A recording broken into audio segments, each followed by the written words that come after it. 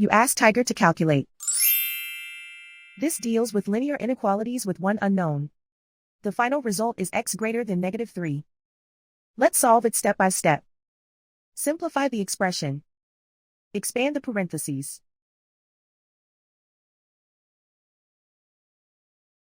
Simplify the arithmetic.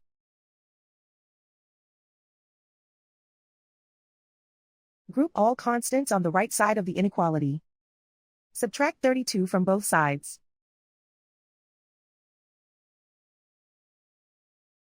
Simplify the arithmetic.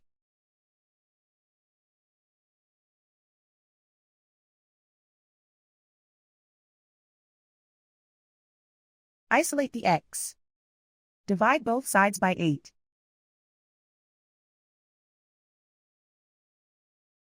Simplify the fraction.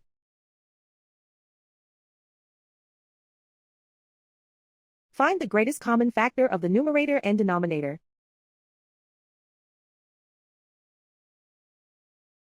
Factor out and cancel the greatest common factor.